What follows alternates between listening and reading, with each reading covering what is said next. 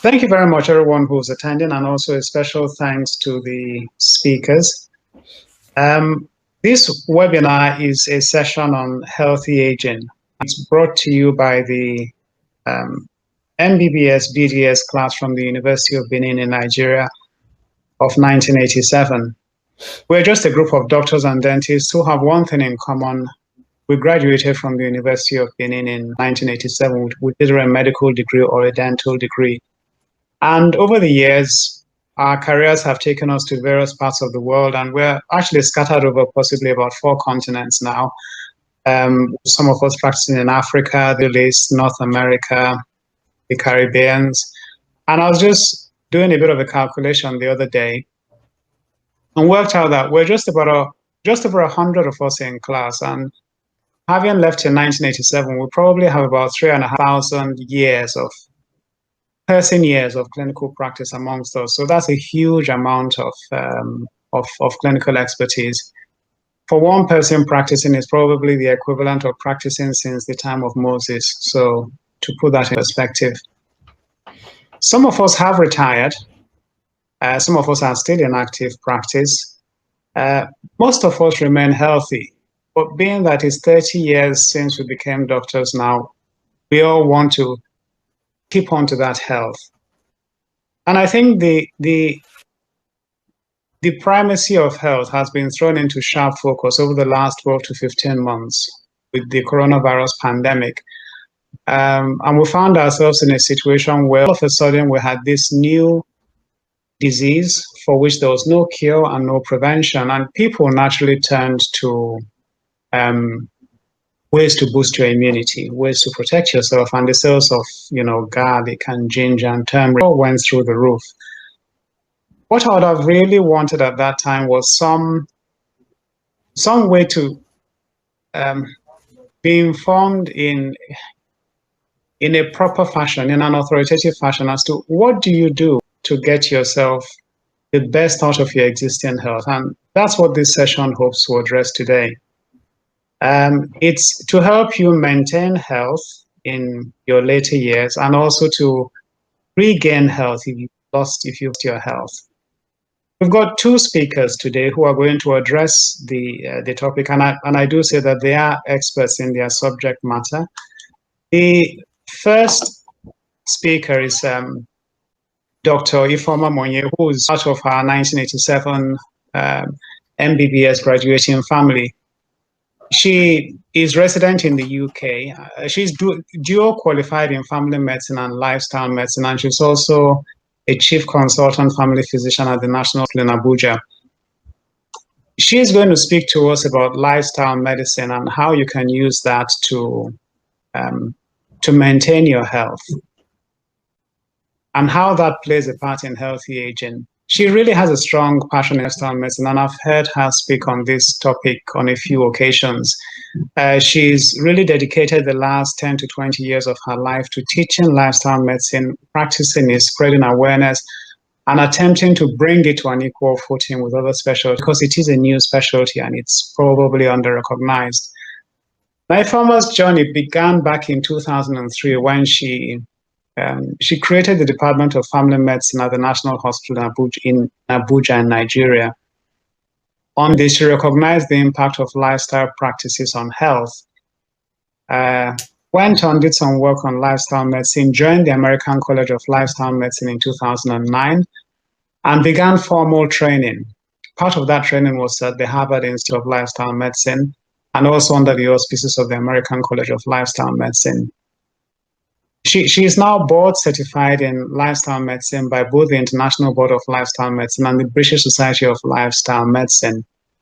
She founded the first lifestyle medicine in Africa, which is the Brookfield Center for Lifestyle Medicine in Abuja.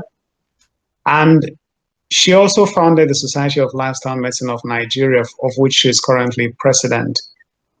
She's a founding member of the British Society of Lifestyle Medicine, and she serves that society as the original director. Also a founding member of the European Lifestyle Medicine Association, and she's an ambassador for that organization to lifestyle medicine in Nigeria and Africa. She serves in a number of working groups for various bodies, both nationally and internationally. She's on the editorial board of 2 lifestyle medicine journals, and she's the first author of a soon-to-be-published textbook on lifestyle medicine. I'm sure she'll give us some information on when it's coming out and how we can get it. She's fairly busy. She's still a working GP in the UK National Health Service. She has a number of media commitments, including being a presenter at the Broadcasting Network on a program called Keys to Health, Wholeness and Fruitfulness, never mind fruitlessness. She's married to Professor Sylvester Monye, and she has 4 children, so she's very busy. But she has taken time out to talk to us today on healthy aging, the place of lifestyle medicine. Before I'll give it. Hello, Theo. Thank you so much. Hello, Mary.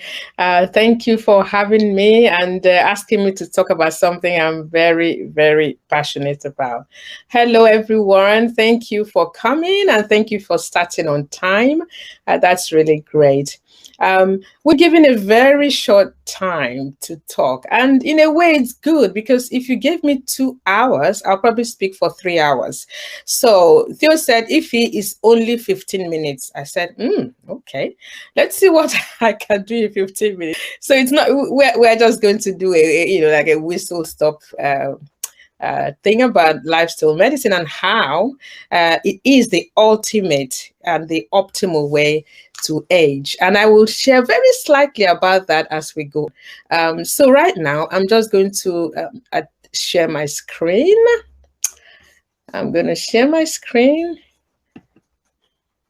And I promise that we will be done at 16, maybe 16:30. That won't be too bad. Okay. Right. Can you all see my screen? I can see your screen formats. Okay. Your first slide is up. Okay, thank you. So, like Theo said, I am a chief consultant in family medicine and board certified in lifestyle medicine. And in lifestyle medicine, I am one of the examiners and quest setters with the International Board of Lifestyle Medicine. So that's pretty exciting and keeps me very busy. The only declaration I have to make here is that I'm of the stock of 1987 graduates from the medical school at University of Benin, which I'm very, very honored and proud and happy and grateful to God for such an amazing bunch of classmates. You guys have no idea. My classmates are the best in the entire whole world. I have a few affiliations. These are just a few I haven't mentioned all. So I work as a sectional GP at the Berkshire NHS Foundation Trust. I'm a regional director and a founding member of the British Society of Lifestyle Medicine, and the first author, one of our first textbook with the British Society of Lifestyle Medicine. That's going to be published, hopefully definitely by Wiley, hopefully in July. No, in September this year. So I founded the Brookfield Center for Lifestyle Medicine in 2004 in Abuja, and that is the first certified center for lifestyle medicine in Africa. Again, founded the Society of Lifestyle Medicine in Nigeria. I have worked since I went back to Nigeria, as it were, at National Hospital Abuja, and right now I'm on a research in lifestyle medicine sabbatical, and that's why I'm here in the UK at this time. And I'm a member of the American College of Lifestyle Medicine, where I serve as the co-chair of the reproductive health member interest group, as well as the secretary of the sleep group of the American College of Lifestyle Medicine. George Burns, who was an American comedian, said this. He said, "You can't help getting older. We're going to, add the numbers to the years." But he said, you know what? But you don't have to get old. Yes. So you can't help the numbers adding up, but you just don't have to get old. And so with that in mind, we're going to look at a few objectives. These are things I hope that we'll get at the end of the day. We would consider the concept of aging, what is aging and why do we age? And I'm going to just share just one study. There are thousands of this, but I just thought let me look for a very simple one because of the little time that we have. A very simple study to share with us, to kind of share how about aging and life medicine. The second session of our discussion will be looking at the healthy aging concept, the lifestyle approach, which is the ultimate, the best. I'm just going to be highlighting the blue zones, and maybe I should say it straight away. Dan Butner is an American who has studied for several years, looking at some areas in the world where people literally routinely live till 100 and more in health. They are happy, they're healthy, and they're fulfilled.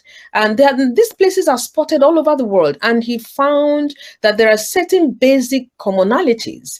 So whereas some of them eat meat, others are not. Others are vegetarians. And so in Okinawa, Japan, they are there. In Loma Linda, California, they are there. In Greece, they are there. And in a couple other places, there are 5 at the moment. But I know that in Nigeria, if we do some research, we will find places where people live routinely over 100. And then we'll conclude. So what is aging? Aging is just literally getting older. That's it, adding the years on. There are a few types of aging, and I'm sure my colleague and friend Mary, as a public health physician, will have some definitions of aging, and I will introduce a slightly different one from the Stanford study. Why is it important that we discuss aging now? Well, apart from the fact that all of us here are above 50, I imagine, certainly my classmates, but also there is an imminent demographic shift where people are living longer, and therefore the consequences of aging, it's happening, and we need to address them properly. So the types of aging, as we know it typically is, population aging. Mary will talk so much about that, I'm sure. The biological aging, where the present position of an individual in relation to potential lifespan. So there is health span and there is lifespan. There are 2 different things. There's psychological aging, which relates to adaptive capacities inferred from the behavior that we have. And of course, social aging, which relates to social habits and roles of individual within his or her group or society. So people are living longer. That's why we're discussing this. There's a dramatic increasing pace in population aging. And let's just quickly, I don't have a lot of statistics because I know again that we don't have a lot of time, but I thought I might share this, that the proportion of the world's 60-year-olds was estimated to double from 12%, or is estimated to double from 12% to 22% between 2015 and 2050. So that's quite some amount of more people living older by the time we hit 2050. In 2020, those aged 60 years and above will outnumber children aged 5 years and below. This is what the WHO forecasted a few years ago. And that in 2050, 80% of older people, I mean, this is quite interesting, will be living in low and middle income countries. So Nigeria, for example, where majority of us come from, we need to wake up to aging and issues of aging, because 80% of older people, WHO has predicted, will be living in Nigeria and other low and middle income countries. So I thought to say that age is just a number. You can see 2 people who are aged the same, 50, and they look totally different with their aging process. So we want to ask, why do people age differently? And now, is there anything we can do to delay or slow down aging? And I can tell you something that is very exciting. Scientists, Harvard scientists, I know, have begun to do some really crazy things. Okay, so quickly, because it's not a long presentation, quickly share that one here. So very recent, I mean, I'm sure many of us have heard this. They are going into the laboratories to kind of develop molecules that people can take in terms, enzymes people can swallow as tablets and pills that will mimic what happens when you exercise. So you all know with lifestyle medicine, we're talking about nutrition, optimal nutrition. We're talking about regular physical activity. We're talking about sleeping appropriately, adequately, and the number of hours and restoratively. We're talking about managing your stress properly. We're talking about social connectedness, loving more, forgiving more, and just living life to the full with optimism. And we're talking about eliminating toxic substances such as tobacco or bad air and air pollution. So that is lifestyle medicine. And of course, positive mindset. But you see what the clever things that these scientists are doing, they're going into the laboratory to say, you know what, let's create a pill. And they're dragging us back to this my favorite quote of a pill for every ear. Let's create a pill that will mimic what happens when people exercise, or when people eat adequately, or when people sleep properly. Well, let's do that. And so we pop a pill, and you don't need to exercise, and you will live long. And they're looking for a way where age we can live into your hundreds and you are not even aging. That's what they're doing. So that's pretty interesting. And we don't have time. We would have gone into that. So that way we delay aging and all that with the lifestyle medicine interventions, and now the pill that they are developing for us to swallow. The main reason we age are two: telomeres and chronic inflammation. Of course, as we get older, we have repeated episodes of inflammation, whether be it illnesses, be it stress, and all kinds of things that cause inflammation in our body. And we're going to a state of chronic inflammation. And so we're going to keep referring to how lifestyle medicine is very, very important in us dealing with aging and aging properly. So all the interventions that we recommend in lifestyle medicine will go to bring your body to a zero level of chronic inflammation. So your inflammation is right down. So when you do your CRP, it says 0 point something something. So aging is down to two things: telomeres, which we'll talk about in a minute, and chronic inflammation. Telomeres pronounced, these are telomeres, and at the tail ends of these telomeres of this chromosome are telomeres. What they are that they are heterochromatic repeat regions at the end of chromosomes. Their length is considered a determinant of biological aging. So if I go back to that slide, when they are nice and full and lengthy, you stay in youth. Now, what happens is that as we get older, with all that happens to us, they shorten and they shorten and they shorten until cell death. So normal aging is associated with telomere shortening. But as they get shorter and shorter, death occurs. And shortening rates may be increased by inflammation and oxidative stress. So the second reason why we age is chronic inflammation, otherwise known as inflammaging. Chronic inflammation underlies aging, and you find out that as we get older, if you're not actively living lifestyle medicine way, you will have elevated levels of blood inflammatory markers for certain. And this is what is the common denominator with the chronic morbidity that greets you if you are not living the lifestyle medicine way. So you have disability and frailty, you have premature death, you have cardiovascular disease, and there are several. You have chronic kidney disease, diabetes, type 2, hypertension, cancer, depression, dementia, sarcopenia, and the list just goes on. Now, genetic factors, because somebody is going to say, what about what we're taught in medical school? That genetic factors are responsible. Yes, they're implicated. But with lifestyle medicine, we now know that your DNA is not your destiny. So you're not destined to literally wait until you're 50 or 55 and then develop it. It's because your father had diabetes, your uncle had it, your mother, or whatever. That is not true anymore. Your destiny lies in your lifestyle practices. And we say that because we know that 80% of chronic conditions are lifestyle related. And the same lifestyle that causes them is the same lifestyle that, if tweaked around, will also cure them. Treat the illness and reverse it, or prevent it if you haven't got it. So if you have a high risk of any of these illnesses, chronic illnesses, putting little practices as I've enumerated, and I will enumerate a little further, will only help to upregulate the genes that make for longevity and healthiness, and downregulate the genes that cause illness, chronic morbidity, and premature death. And so that's what these Harvard scientists have taken into the lab to produce molecules like the NMA and NAD to try to make people live longer and healthier. So that you're 100 and you're 120 and you don't have any of these chronic illnesses. That's what their plan is. Why do we age? Again, carrying on with the inflammagen.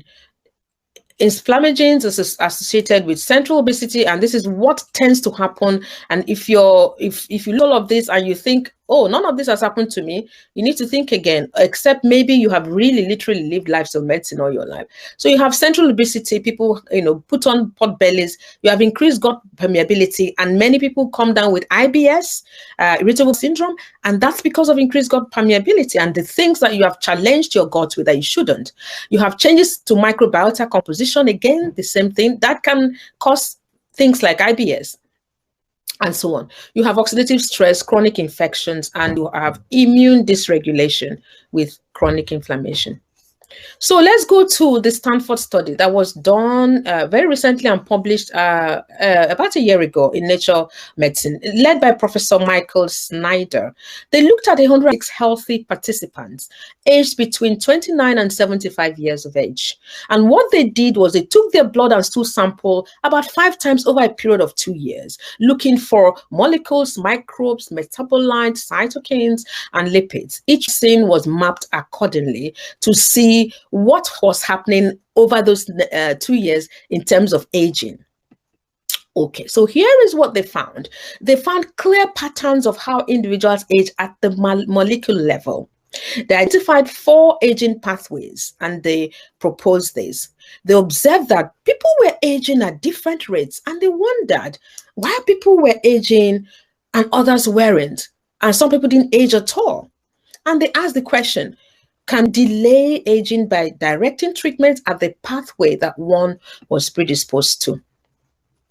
And the 4 aging pathways that they identified were metabolic, that deals with substance buildup and breakdown, immune, that had to do with immune response, the liver function, the hepatic, and the nephrotic, which is the kidney function, and what happens as you get older in all those places.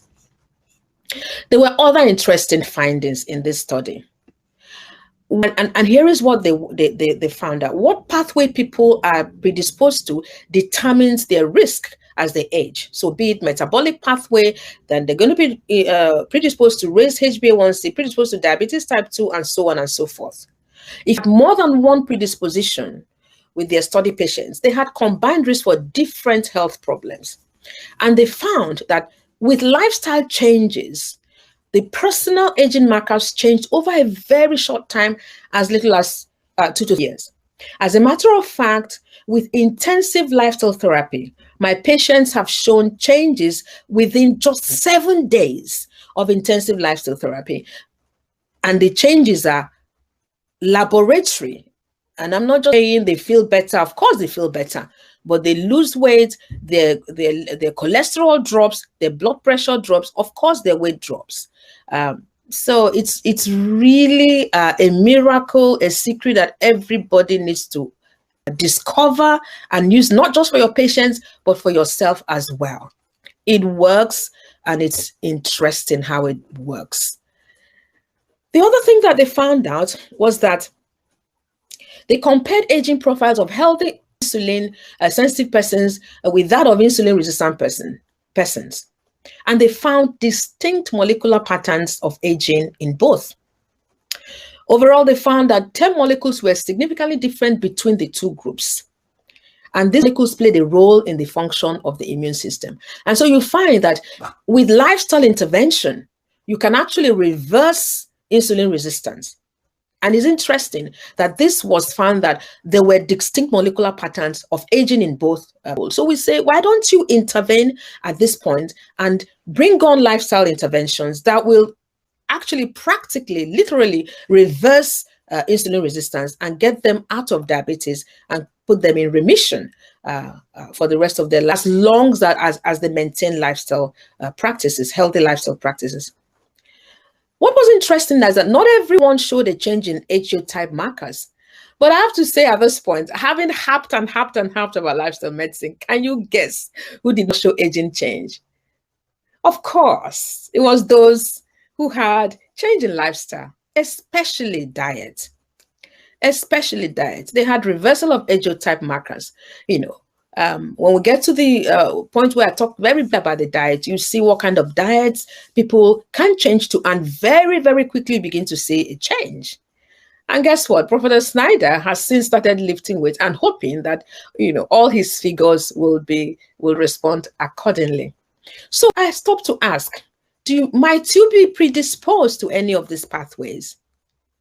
And what pathway may it be? Metabolic, immune, hepatic, or nephrotic? How might you be empowered to come up with a strategy to prevent specific health problems as you age? How might you slow down certain aging processes? I'll tell you how in a minute. I mean, nobody can give a talk on chronic illnesses in this day and age of the pandemic, making be it a huge reference or a slight reference to COVID-19. So already researchers have found that COVID-19, be it pre-infection or post-infection, there is a lot of talk about aging and COVID-19. We all know, don't we, that age is the highest risk factor for severe disease and death. Is the one that is absolutely the clearest one. Others are maybe this, maybe that, but certainly age. And that severe disease and death is characterized, we know, by failure of respiratory system and immune dysregulation. So is it any surprises, therefore, that people who have underlying illnesses where you have diabetes, hypertension, obesity, overweight, asthma, COPD, and so on and so forth, in many of these, there is chronic inflammation and there is immune dysregulation. And what is the implication of this for COVID-19 and the aging population? Remember that I said that aging there's a hallmark of aging is chronic inflammation if you do not adapt lifestyle, healthy lifestyle patterns. And what researchers have found that also is that even post-COVID, there is long-term impact of COVID-19 in patients with chronic illnesses. And one of the things we're finding in primary care is that people with chronic illnesses are able to access service, diabetes, hypertension, and so on. And that will impact upon their care.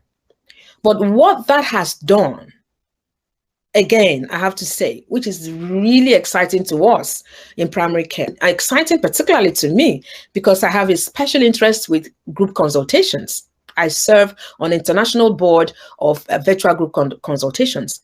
And so I have a special interest in this, that the COVID-19 and chronic illness management has thrown up opportunity for new models of care, healthcare delivery in primary and secondary care to ensure that people are getting the help they need and ensure that we carry on having healthy aging. So we now have virtual group consultations popping up all over the country, the UK, and indeed the rest of the world. What about concept of healthy aging?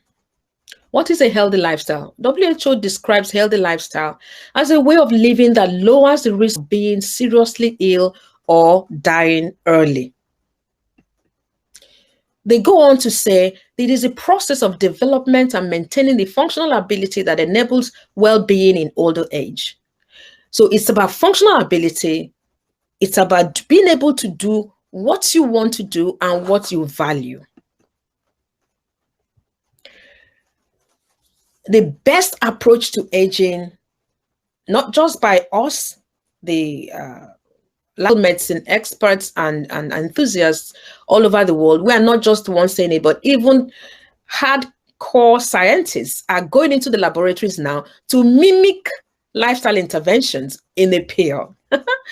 And so there is a power of 6, the main domain of lifestyle medicine. That is the best approach to healthy aging. So optimal nutrition, basically, I'm going to run through there because I've got no time. So optimal nutrition, we say meals that are huge in fiber. Of course, drinking water adequately, 2 to 3 liters a day. Meals that are low in saturated and trans fat, but keeping the healthy fat. Meals that are rich in plant proteins. And you must look for fat. The healthy fat is found mainly in plants. So we ask that you optimize your nutrition by eating mainly whole food, plant-based diet. And that's pretty much what I have described. Cut down on your sugars. If don't, I'll be surprised if anybody under the sound of my voice is still taking sugar. Sugar is poison, pure and simple. So no sugar, and that includes sugary drinks, that includes easy. Remember that there's a lot of that in alcohol, very empty calories, so cut down on that as well. Regular physical activity. The World Health Organization will at this point recommend at least 30 minutes moderate intensity physical activity most days of the week. And we say at least 5 days a week. If you can do 6 days, that's fine. But don't forget that your physical activity is the aerobics, it's the strengthening, it's flexibility. And as you get older, the strengthening and the flexibility gets even more important so that you retain your muscle mass and your joints are supple and so on. You have adequate restorative sleep. Again, WHO will recommend at this point 7 to 8 hours of restorative sleep. And it's restorative when you wake up in the morning and you feel like you've really slept. Not wake up and you are tired. That is not restorative, even though you spend 10 to 12 hours on the bed.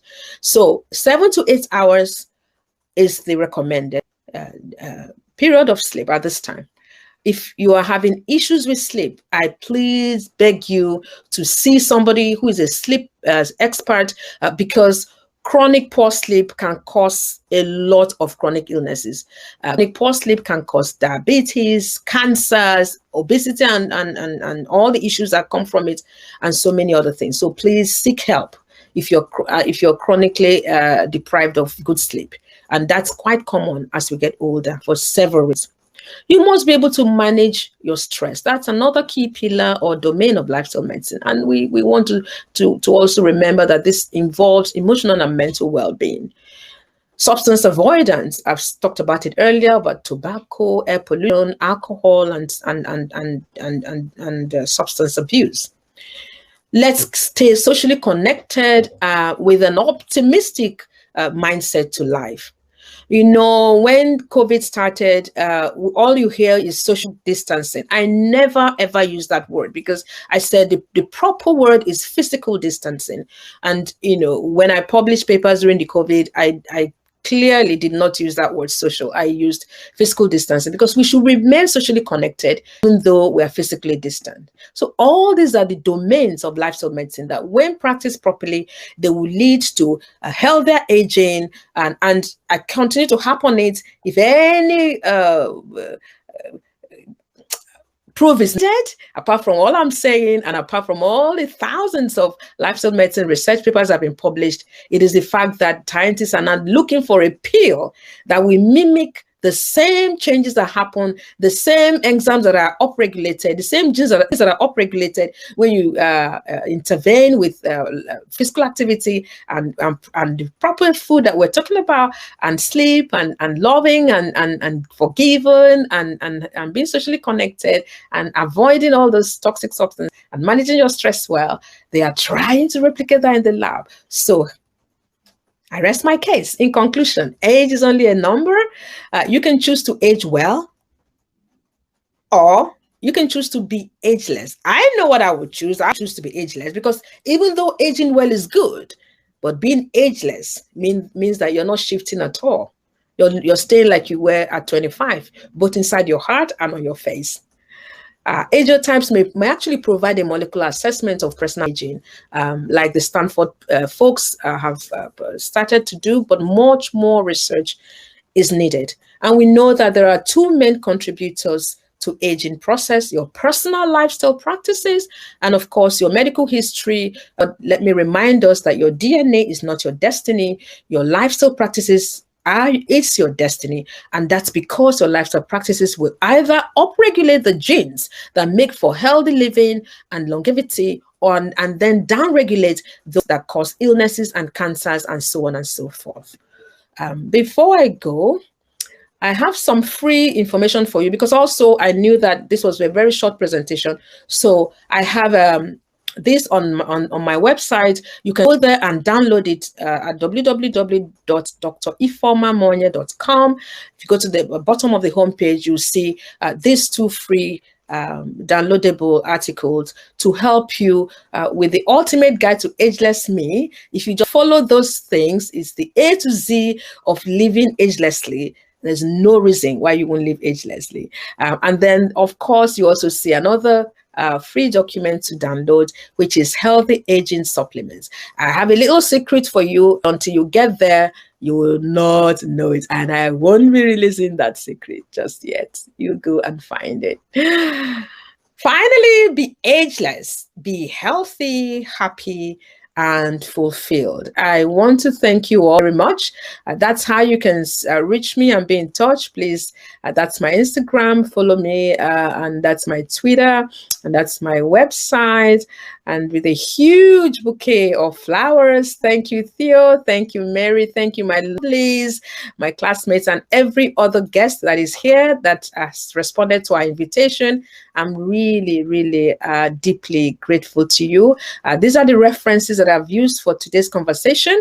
And I hope you've enjoyed the little chat, and I wait for your questions. Thank you. Over to Theo now. Thank you, Theo.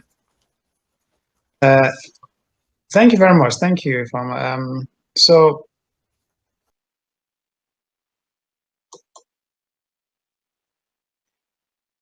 as you can see, Ifeoma is incredibly passionate about what she does in terms of the lifestyle medicine, and I guess what she's trying to do is to condense everything she's got in that book into a 15 to 20 talk, which is difficult. I've just been going through the list of attendees who are here, and I have to mention, I've just noticed our previous dean of the Faculty of Medicine, Professor Orhewere, in the audience, and I would just like to recognize him especially. Thank you very much, Prof, for gracing us with your presence. Professor Orhewere is an orthopedic surgeon like myself, and that's a very very small select group of people, if I may say so myself, and I model myself on him.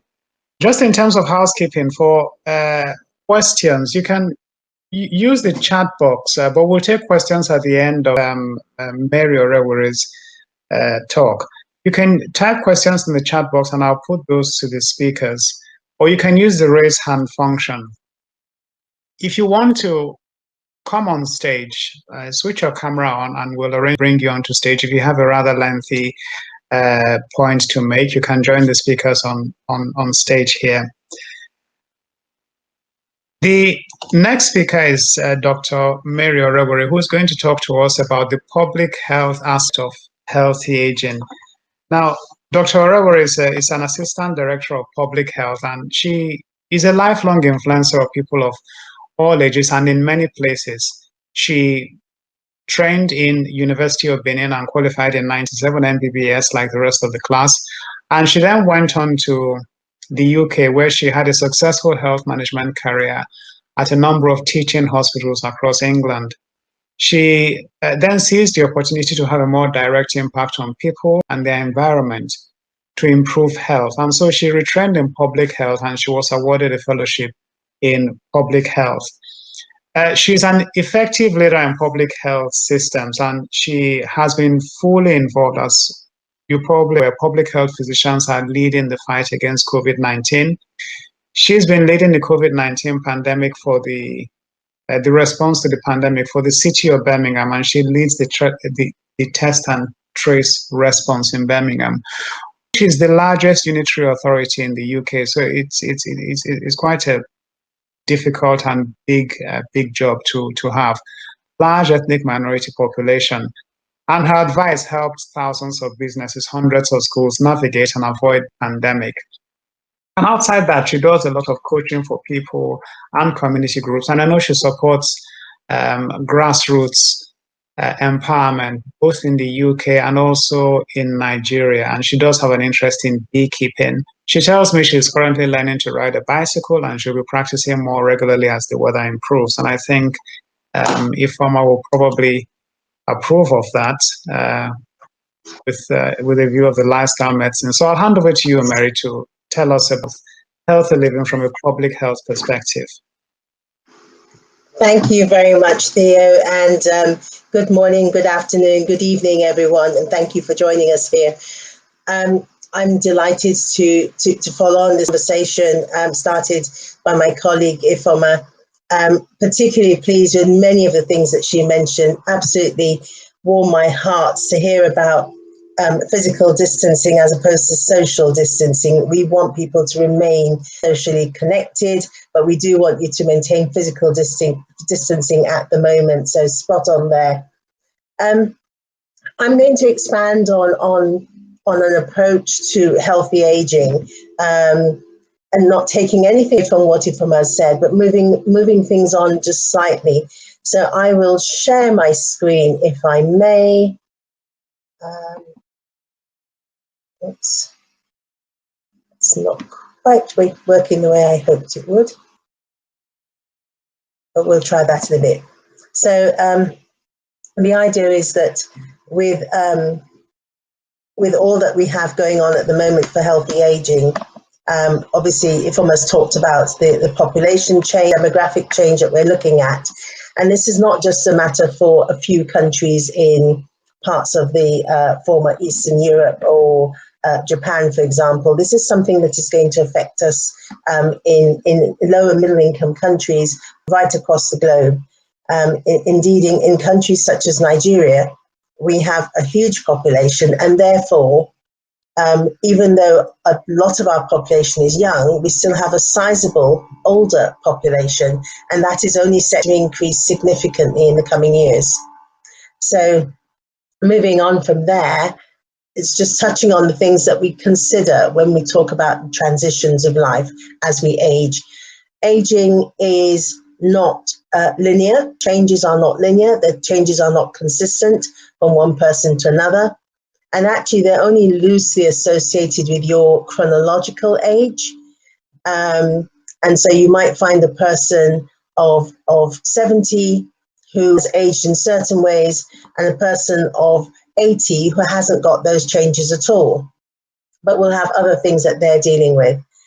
What that means for us is that we are looking at how we manage the transitions that we've had through adulthood and into later adulthood, and to manage those transitions with dignity and grace, but actually to the extent that we can anticipate them, that we have prepared for them, and we've made the necessary changes that we are able to make, but also influence those changes beyond ourselves. And that's a typically public health thing to say. So yes, we want to do what we do for the individual, but you are also going to influence your family, your household, your friends, your community, your various networks, and we would want you to do so in a beneficial way.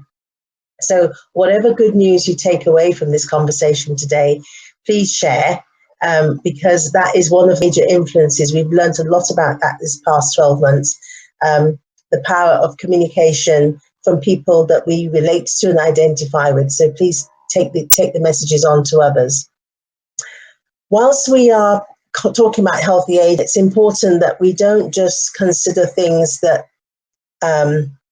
ameliorate or compensate for the losses associated with older age, but that we also reinforce those things that help us to adapt, reinforce those things that help us to recover, and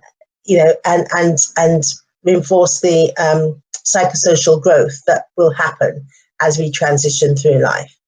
So I'll try again to just share my screen if I can.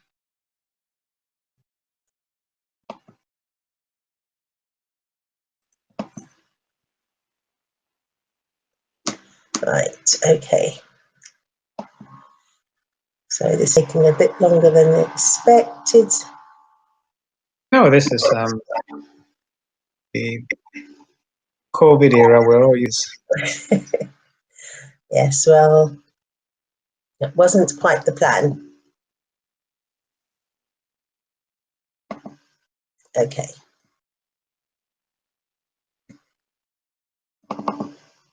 Okay, that's not going to work out on the PDF.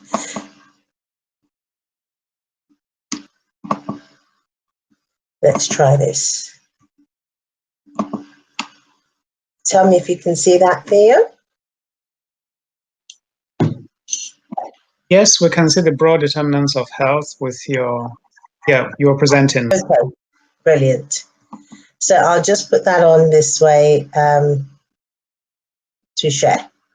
So the idea here is that we look at health and the many determinants of health. And the reason I've chosen this slide particularly to show you is that from a public health perspective, we recognize that your age, your sex, your hereditary factors, those individual things that you do, including some of the things reaching into your style and your social and community networks, are only part of the picture. And if you look at the whole of this image, and you look at the very small circle, it's not quite a circle, but an ellipse, that is what the individual does. You see that it puts it in perspective. And there are many other things that actually have a big influence on health. That's a really important thing to remember. So remember everything you've been told about what you need to do as an individual and all the lifestyle behaviors and that you need to adopt. But remember that they are only part of the whole picture. And what we need to do is to actually tap into all the other components that give us and contribute to our health. So if I change it this way, there we go. So just touching on individual factors, and some of this is reiterating what Ifoma has already said. On the issue of age, I'll say don't be constrained by it. In some ways, age is a number. We need to have a number, fine. But it does not mean that if no one has done that at age 50 that you can't. Retired, having been a very successful physician in the UK, and then decided that she wanted to learn some things. So she went back to do some A-levels in college. So then she was surrounded by people of about 18, 17, 18, 19, and learned a whole thing about that part of our demographic, what their issues were, how they saw the world. And then in addition to that, she decided to take up some diving, and she became really good and actually joined, as I'm told, the Great Britain diving team. And all of this was in her 60s. So if you have a dream and now is the time for you to do it, don't just say, well, I missed thy moment. For some things, you may need to adjust it. You may not get as far, but don't just write it off. Don't be constrained by your age. Sleep, sufficient hours. Yes, Ifoma has talked about that, but we've good quality sleep. So those gadgets, I know there's much more. We could talk an entire hour on sleep, but phones, laptops, tablets, they have no place where you intend to sleep and get good quality sleep. Your sleep environment is good. For those who need no light, it's no light. Your bed, it always amazes me that people will skimp on the quality of bed and mattress they'll sleep on, but will spend thousands on a car that's sitting outside in the cold and snow or sun and dust. So, invest in your sleep environment. Reduce stress. So yes, we know stress is not helpful. It ages us. It's not necessary. Will things cause stress? Absolutely. But the trick is identify. So that's the thing causing me stress. What do I need to do about it? Find what works for you and apply it. Eat well. And I'd say on that one, again, that could be a whole hour or several hours talk, but know what you eat. If you can, grow what you eat. Avoid affluenza and busyness. And by that, I mean, you've got the money, so you buy in the food. Bought in food is fine on occasion, but when you don't know what you're getting. businitis, you haven't got time to cook. Again, it's things in moderation. So know what you're eating is a good tip. Move well, move more, but be consistent about it. So don't go all out today and then do nothing for the next 6 days. You know, start small, build it up. Consistency is absolutely important. And for aging, I must emphasize strength and balance. So we've got loads of people who can, you know, walk miles, run, but it's important that you pay attention to our strength, especially as we age, and our balance. We work on it. There is no reason why you can't retain that strength and balance as we age. Water is your friend. Excess alcohol is not your friend. I don't think I need to say more at this stage. So coming again back to our broad determinants of health, we've talked a bit about the individual stuff. Let's move on to our social and community networks. Now, we've recognized... Sorry, Mary, you're not sharing your screen. I'm not sure if you're aware, but if you can, otherwise, you're perfectly fine as you are. Sorry, Theo, did you say that was not sharing? No, you're off screen share now, but... Okay, that's fine. I'll just talk you through it. So, thank you. So our social and community networks are really important. They're important throughout adulthood. They're important throughout life. We've had a really good reminder of that these past 12 months of the pandemic. But our networks are dynamic, they're not static, and it's really important that we're able to rejuvenate them and not stagnate. So the ability to maintain and renew networks is a key skill. That means you're adding people to networks, or you're changing what that network does, or how you relate with it. It's about the quality of relationships, not about the number of contacts in your phone or on social media. It's the number of contacts that you know you can, the chips are down, I've got someone I can call for this. It's, again, quality of relationship. And like all good relationships, it requires nurturing. Nurturing means you've got to give it time and energy. And so we do have to be discerning about how much time and how much energy we give to various relationships. And some require different amounts of time and different amounts of input. And yes, that is about us giving. But when you want to take from a relationship, it helps if you've put something in the bank. So you put into relationships, and maybe on occasion you may need to take out. And if you're really fortunate, you don't. But be open to new entrants and to change. Now, the next stage out from there is looking at our living and working conditions. And this is really important, especially as we age. So many of us will be in our 50s and 60s now, but we are mindful that you're going to be speaking to people who may be younger. There may be some people who've tuned in who are younger and some who are older. So just a quick canter through some of the living and working conditions that affect us. So work environment. Obviously, it goes without saying, you want to have a work environment that is actually pleasant to go to. And for many of us are blessed to be able to do work that we enjoy. And if we have a position of influence, we should use it to make sure that we have a good working environment, not just for ourselves, but for others. And this is going to be a recurrent theme, that you do things not just for yourself, but also for the community around you. Touching then on education. And for that, I would call it, let's think of it as learning. So for those of us who had the privilege of going to university, we've had some education. There's education to different levels. But one of the things that we have learned, be it primary school, secondary school, further education, higher education, is we have learned how to learn. And we need to keep learning how to learn. So 20, 30 years ago, if you got a new gadget, it went with an instruction book. Now it just has 5 instructions on, press this, press that, and you're supposed to figure out the rest as you go. So the way of learning will need to adapt, and we will keep learning. That adaptability is absolutely important, and what we can bring, what we use to do that is how we learn and what we're willing to learn. And one of the really good ways of learning and reinforcing learning is teaching. So if you think there's someone you know and that somebody else doesn't, teach them. and somebody else will teach you what you need to do.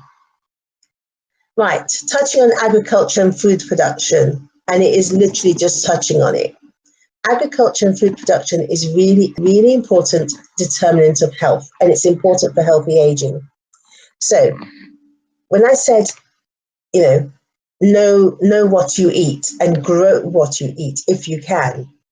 So we're not all going to be farmers. I get that. But if I can buy something from the person who grew it, or I'm buying from a butcher and I know that they source their food in a particular way to a certain standard, then I can have some confidence in what I'm eating. But it's also that we recognize, that when people are putting sniper on beans because they don't want weevils, that there are other ways to invest in our wider community so that we get food that is safe to eat. So we'll take that beans and wash it, and probably wash it 16 times to get rid of it all if we're able to. But where there is good food produced, good quality food that is produced, we need to accept that we will need to pay for it. If we had farmed, if we had nurtured that animal, we would know the true cost of it. Cheap food is not good food. There is a cost to good food production, to safe food production. And if we're not willing to pay the cost, then it is manifest in the quality of the food that we get. And that impacts our health slowly and steadily. On the other hand, let's talk about unemployment. Now, for many of us, we are working. We're in the privileged position to be able to work. But for some people, for a whole host of reasons, they're not working at the moment. For some, it's been a while, and there are statistics about how long you stay out of work. And if you're out of work, I think more than 12 or 13 months, it then reduces the chances of getting back into a similar sort of work. But we need to think about unemployment and what that means for us when we choose to be unemployed, when we choose not to work, but for other people around us who do not work. And be looking out for, well, what does that mean for a person's health? If your sense of well-being is tied up entirely in the work you do instead of who you are, then when that work is taken away, it's a major loss. It's not just a financial loss, it's a loss of status. And this has been manifest in people who retire without a plan of a sense of purpose, and then thinking, well, I was the former, this, that, or the other. What am I now? You're still you. You're still of value. You just need to reframe that. But for those who are out of work and unemployed, it's understanding, ideally, before that situation arises, what support is there for you? What contingency arrangements have you made? Did you put something away for a rainy day? What can you draw on realistically? And what can you do to get back into a situation of employment? Employment is not always waged. It may be unwaged employment for a while, or it may be waged employment of a different sort. But it's recognizing that these are the things that impact health. A person who is working is typically in better health, or a person who is able to work if they choose is typically in better health than a person who is not working. Water and sanitation. So in the United Kingdom, we probably don't worry about that much. Most water and sanitation is taken care of. But I was very recently in Nigeria, and we had a water shortage locally. And then one friend came by with a jerry can to get some water, and another person came by, and all of a sudden everybody knows who's got a borehole. And after it continued a few weeks, it was, well, whose borehole was not dug deep enough or done properly.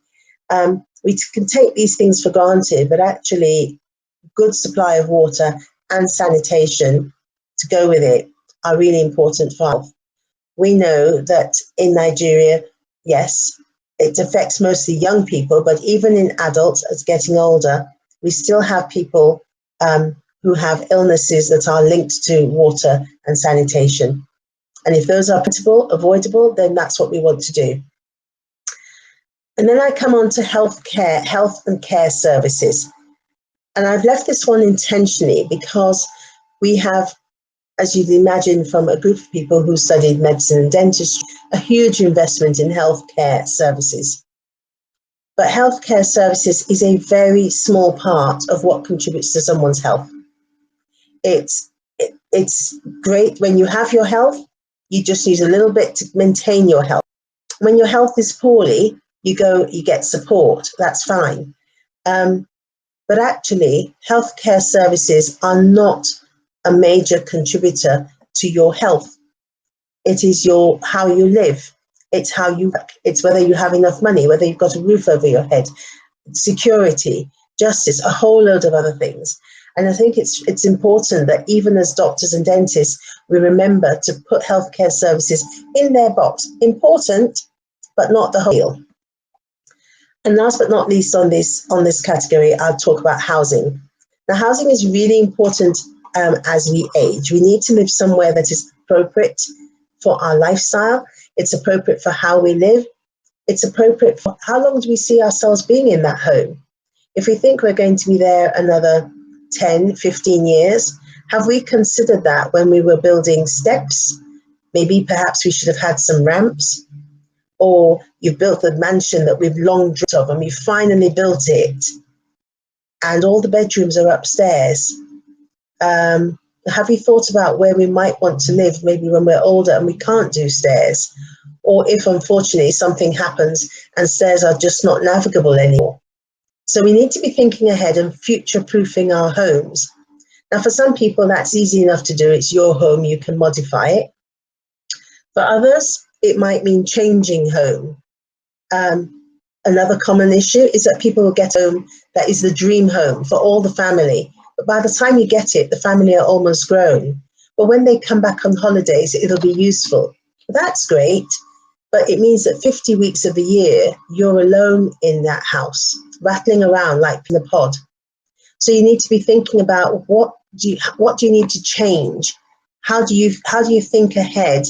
And can that be modified so that that home provides what you need on a regular basis, what you might need in the future, and what you might need on occasion? Those are the things that we need to think about. For some people, you can change your home. You can sell your home and buy another one. And for others, actually, make the change in the house. If it's about leveling up floors, etc., make that change before you have to. Because too often, we're having to, can we just whip up some cement and put a quick ramp here because we know what our environment is like. But we built a home assuming we would always be able-bodied, always able to spot trip hazards, always able to have that good balance that you had in your 20s, 30s and 40s, which might not be the case as you age. Now you can work on it to do that, but for some of us with the best will and best intention, it will not be the case. So quick canter through is moving on swiftly. We've talked about living and working conditions, and so we come to what we generally consider the social determinants of health. So we've talked about economic stability, and that's for your finances, but broader economic stability. So if you'd saved up money for your retirement, that it's not being eroded by inflation, that you're investing appropriately for your age and stage of life. High-risk investments at a certain stage of life, and then you transition and you have a plan for that. You take appropriate advice. That means you ask financial advisors and think about what they tell you, and then make a decision. The education and learning we've touched on. Health and healthcare, absolutely important, but it's not the whole deal. Your neighborhood and your built environment around you is important. If you live somewhere that, yeah, you hop in the car and drought, if something happened and you weren't able to drive, what would you do? So those are the things to consider in terms of how your life might want to be, how you prepare for aging healthily. Your social and community context is probably the one that we often overlook. We assume it's there because it's just happened. But I would challenge you and say that actually, as you age, particularly if you've had children move out of home, your world, and you retire from work, your world has the potential to shrink. And so you have to be intentional about investing in your social and community life. Right, so you can do it. We're going to prevent the preventable. You'll have your jabs when you need to have your jabs. You'll have your screening when you need to have your screening. You'll do all the individual stuff and the lifestyle stuff that you need to do. You need to prepare for the unavoidable. If you're not always going to have strength to push up the garage with one hand, then think about how else that garage needs to be closed. Develop some resilience, and that's not just your financial resilience, your personal resilience. Work out what it is you're going to do. Future-proof your housing, but have a purpose. Have a purpose in life, and that purpose will change. At one stage, it may be bringing up children. Oh, and then you've got aged parents to look after, and in-laws, etc.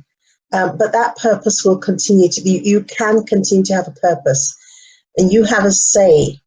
Some people will take on a huge amount, maybe they can't do it all, but have a purpose. It does give you value, and it adds to your sense of well-being, and that helps you stay connected to others. So when do you start? Having talked about all of this, aging, some signs of aging are detected in the early 20s.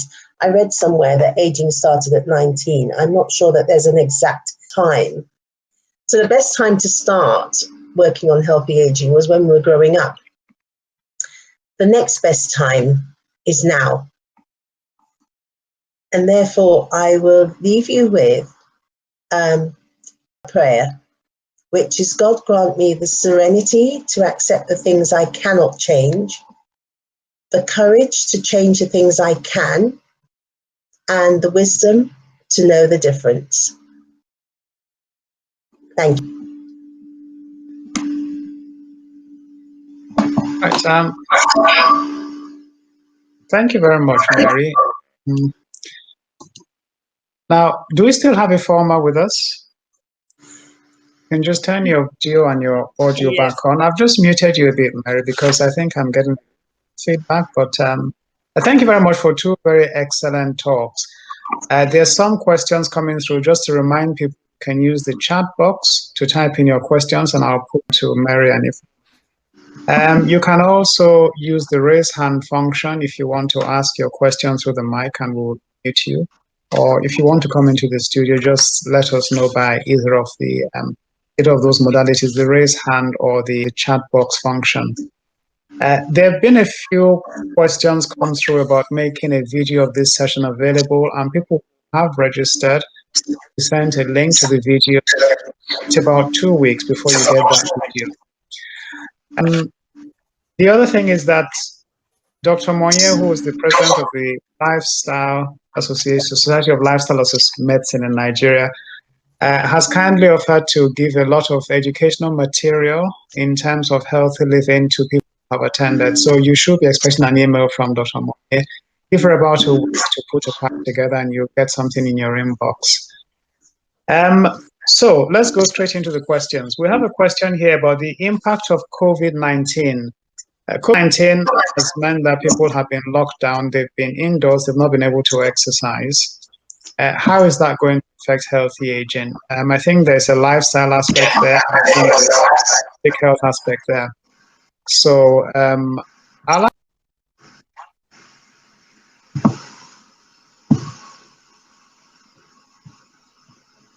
sorry, if you can take that question first, Mary, and then come back to you. Okay. So I will take the question. The first thing I'll say is I'm not even sure I agree with the question, but let's have a go. Yes, we've been indoors. That has not meant we can't exercise. It might mean that we've not been able to do the exercise we've wanted to do in the way that we wanted. But what we have been able to do is to adapt and change. And I think that coming back to that thing of we need to adapt where we need to, because every so often in life there will be a bump in the road. And just because we can't have a favoured, preferred way of doing things, we can't just say, well, that's it, I stop. So what we're saying is, actually, you can do some exercise indoor. If you're privileged to have a garden and it's not too cold, you can, if it's not too hot as well. But definitely are exercises that can be done indoors, and they would be of great value to you. And they're inexpensive.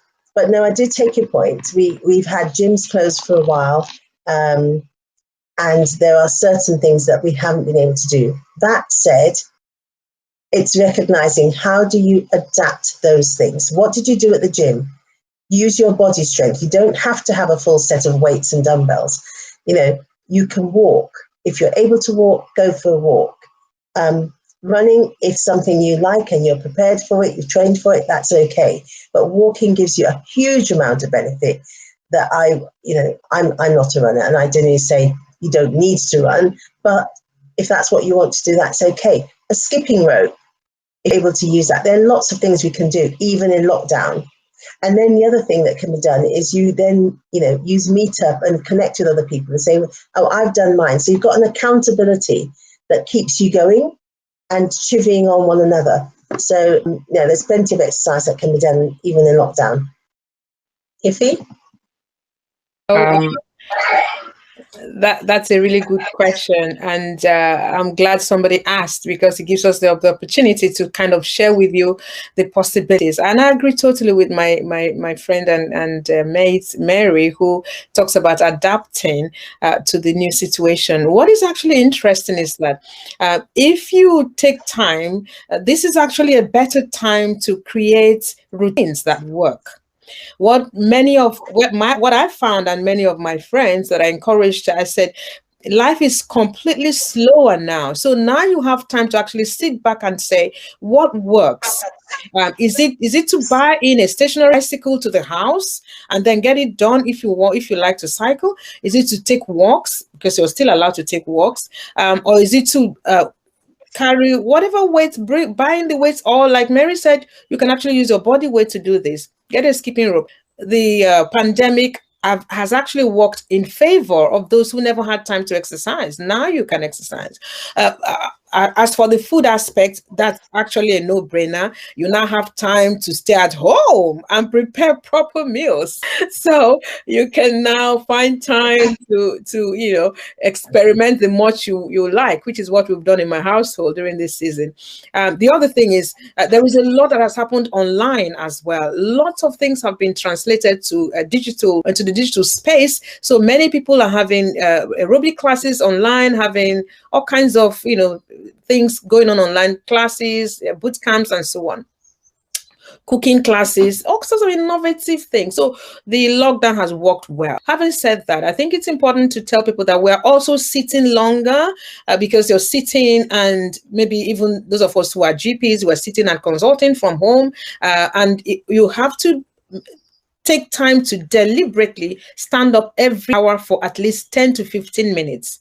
Even if it means taking that call standing or going out for a break. I mean, you can't take 15 minutes every hour or if you're consulting, but if you have to stand up to, consult for 15 minutes and then sit down again. Or another thing that's also quite popular now is the standing desk. So you don't have to sit down to consult. You can actually buy the standing desk, and they vary from, there are some really expensive ones like £200, £250, but there are some hospitals at £99 or less than £100 that you can buy standing desks and so on, and then stand for your entire consultation or for most of your consultation. So there are lots of things that have happened that actually has been quite innovative and healthy options. So rather than the COVID-19 do us such bad, let's actually navigate around it and get things done properly.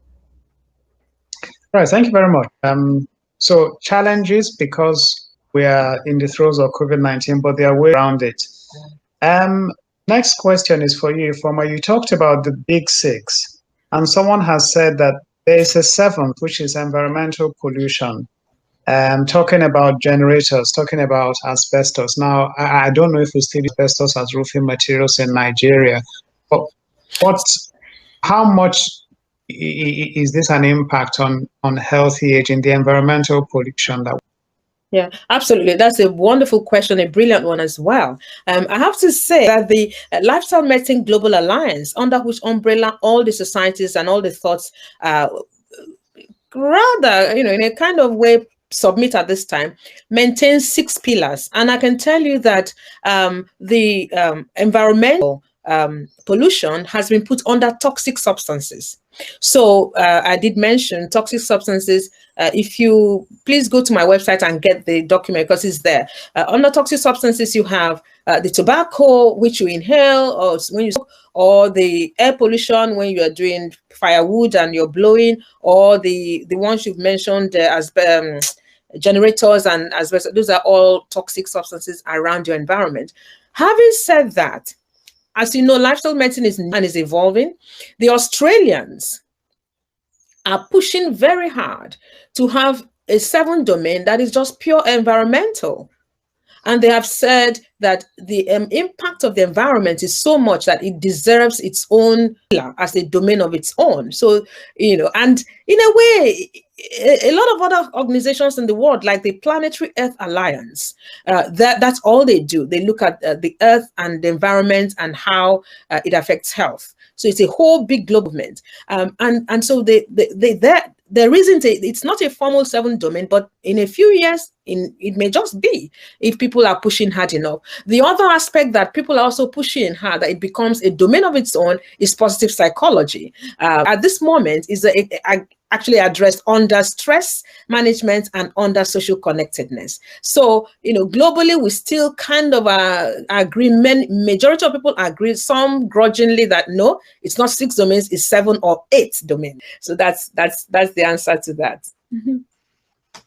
Thank you very much, Ifeoma. There's clearly a public health angle to this environmental pollution. And before I take your comments, Mary, just to say that if you can access the chat box when you have somebody wants some information about pathways to public health practice in the UK. And I think, you know, that's one of your passions, and I think you'll be very helpful with that.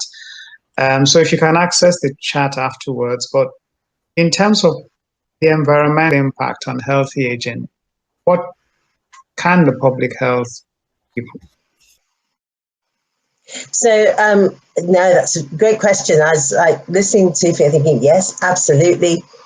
We're not constrained, as you understand, public health being a very broad church. We're not constrained by pillars, and we appreciate that people are looking to categorize things and promote agendas, but we're looking at everything that impacts population health.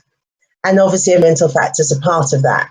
So I've actually recently just changed my role within Birmingham, handed over test and trace to my colleagues, and I'm now the Assistant Director for Environmental Public Health and Health Protection. And under Environmental Health and Public Health, I'd be looking at things like planning and housing strategy, etc. And under Health Protection, we're looking at air pollution, air quality. And that's absolutely where we would capture things like, you know, the impact of generators and so on. Car pollution being a major issue, wood burners for us here, probably firewood, etc. in places such as Nigeria, as well as cars. It's important, and I'd rather than looking to see how it's ranked or categorized, it's saying, okay, so where are the levers that we need to reach on this one? There are things we can do in our home. So remembering that our homes typically will have windows, and so ventilation is important. Good ventilation is important. That has actually become really relevant with COVID. And in some countries, I think in Germany, they're actually using that as one of the recommendations to schools, that windows are open for a certain amount of time to reduce transmission if you're indoors. So ventilation and thinking of air quality internally is important, as much as what happens with air quality when you go out for a walk. But I don't want us to lose sight of the benefit and the relative impact of some of these matters. If you are working very close to firewood all day, or something that's generating fumes and pollution, obviously it's going to have an adverse impact on your health, regardless of your age. However, even in cities, studies have been done looking at cities across the world with different degrees of pollution, and they have demonstrated that it is still beneficial for people to go for a walk for 15, 20 minutes, half an hour, sometimes up to 40 minutes or an hour, even in cities that have pollution, that the health benefits of going for that walk outweigh the disadvantage of the exposure to that pollution. So environmental factors, I say, we need to just take a moment and think about what's the situation in a work environment? We've got a lot of industry here in the West Midlands, manufacturing industry. So we would work with them to make sure, with the health and safety executive, to make sure that the right things are in place to protect the workforce, and that pollutants are reduced risk of transmission to end consumers. But for the ordinary person, is it a factor? Yes. But the factors that you can influence much more readily are the ones that will be about you and your environment and your network. Where you can influence things like the environmental ones is through your lobbying impact and your connection to your MPs, your senators, whoever's making rules for your country, to say this is what we need to have, these are the changes we need to have. So again, it's recognizing some things are in your domain to make happen, and other things are for you to influence. They're equally important, but you don't have as much control over them.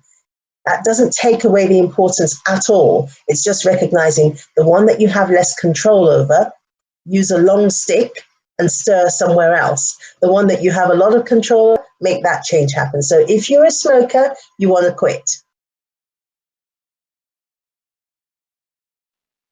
Right. Theo, you're on mute. Right. Okay. All right. Yeah. Now, just we're coming to the end of the session now. We are going to wrap it up in the next 5 minutes or so. So I just want quick comments from each of you before I round up. Someone has asked the question, why no alcohol? And I want you to think about that carefully. Most of the time we're told anything in moderation is okay. Obviously hard drugs is out of the question, but anything in moderation is okay. We know that people in the Mediterranean countries, alcohol is part of their lifestyle, and they do have significant longevity.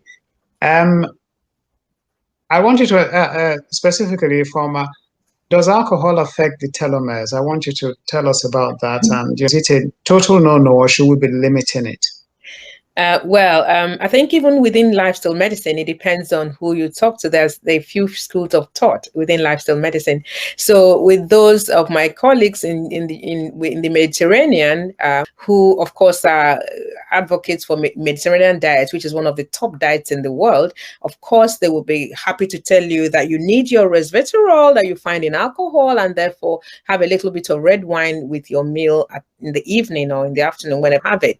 But if you move across the pond and you go to America and you meet the mainly whole food, plant-based, mainly vegetarian lifestyle medicine proponents, they will say to you no alcohol at all, because again they believe that there is some effect of that with the telomeres. They like to tell us to pronounce that way. The only thing that I have to say is, long term, we know there's no doubt that alcohol increases the risk of developing certain cancers, like the breast cancer, like liver cancer from cirrhosis of the liver, and some oral cancers and so on. We know what it does to cardiovascular health. We know what it does to respiratory health and all of that. So I think that at the end of the day, the recommendation now by WHO is moderate intake.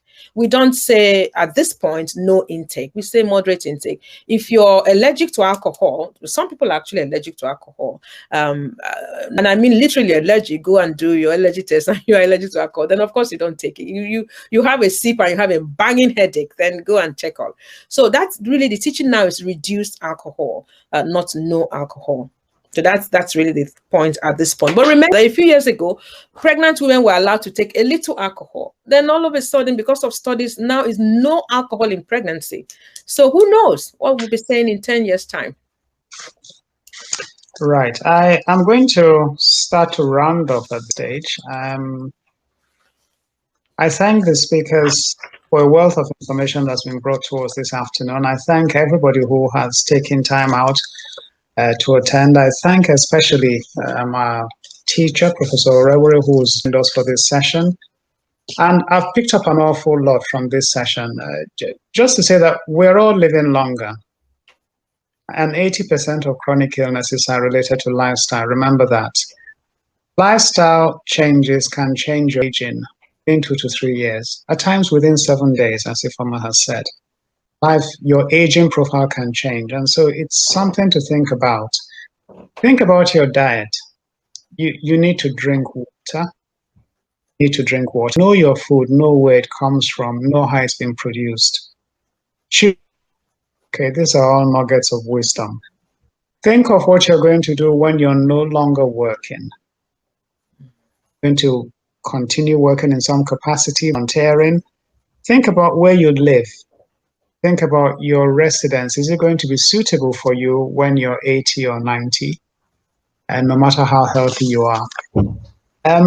Think about the healthcare services around you, although not really that important. And if you make your lifestyle and public health changes, you may not be relying on the health services. Absolutely. Think about financial stability. Are you prepared? Are you prepared for those years of good health?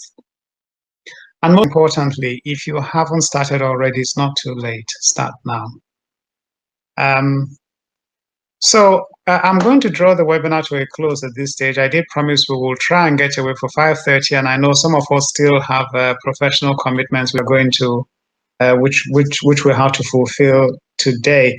And I would hate to keep doctors from their good work. So on behalf of the class of MBBS BDS 1987, who for the vast majority of our training had Professor Orhewere as our dean, I would like to thank you all and end the session. Thank you very much. Thank you so much. Thank you.